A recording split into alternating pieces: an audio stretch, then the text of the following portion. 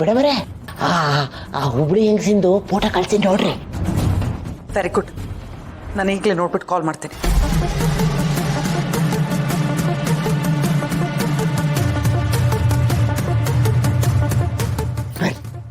ಅಲ್ಲಿ ಹಾಕೋಗ್ತೀವಿ ಬಾ ಕಡೆ.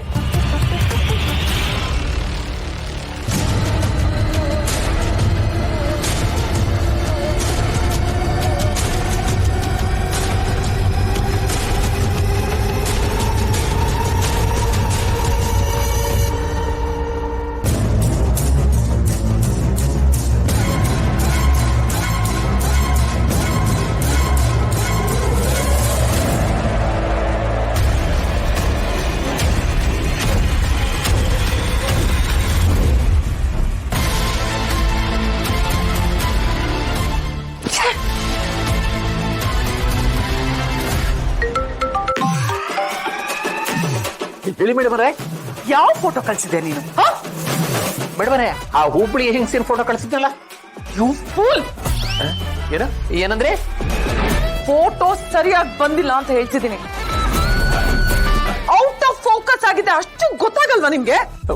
Focus out. ಸಾರಿ ಮೇಡಮರೇ, ನನ್ನ ಹೆಂಡತಿ ಆತರ ಪಟ್ಬಿಟ್ಟು ಅಂತ ಯಾಕೆ ತೆಗೆದ್ಬಿಟ್ಟೆ.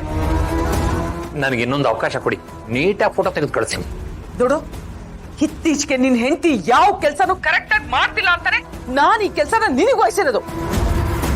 ಹಾಗೆ ನೀನ್ ಫೋಟೋ ತೆಗಿತಿರೋ ವಿಷಯ ಅವಳಿಗೆ ಗೊತ್ತಾಗ್ಬಾರ್ದು.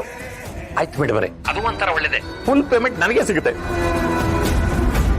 ಯಾರಿಗೂ ಗೊತ್ತಾಗದಾಗೆ ಬೆಣ್ಣೆಲ್ ಕೂದಿ ತೆಗೆದಾಗೆ ಆ ಹುಬ್ಳಿ ಹೆಂಗಸಿನ ಫೋಟೋನ ತೆಗೆದು ಕಳಿಸ್ತೀನಿ, ನೋಡ್ತೀನಿ. ಸರಿ, ಬೇಗ, ನಾನು ಕಾಯ್ತಾ ಇರ್ತೀನಿ. ಮತ್ತೆ ಹೇಳ್ತಿದ್ದೀನಿ, ನೀನು ಫೋಟೋ ತೆಗಿಯೋ ವಿಷಯ ನಿನ್ ಹೆಂಡತಿಗೆ ಗೊತ್ತಾಗ್ಬಾರ್ದು. ಅರ್ಥ ಆಯ್ತಾ? ಅಯ್ಯೋ, ಈಗಾಗಲೇ ಹೊತ್ತಾಗಿದೆ. ಈಗ ಏನಾದ್ರೂ ಅವ್ರು ಹಿಂದೆ ಹೋದ್ರೆ ಜನ ತಪ್ಪು ತಿಳ್ಕೊತಾರೆ ಮೇಡಮ್. ಬೆಳಿಗ್ಗೆ ಕಳಿಸ್ತೀನಿ. ಸರಿ ಆಯ್ತು, ಬೆಳಗ್ಗೆ ಕಳ್ಸು.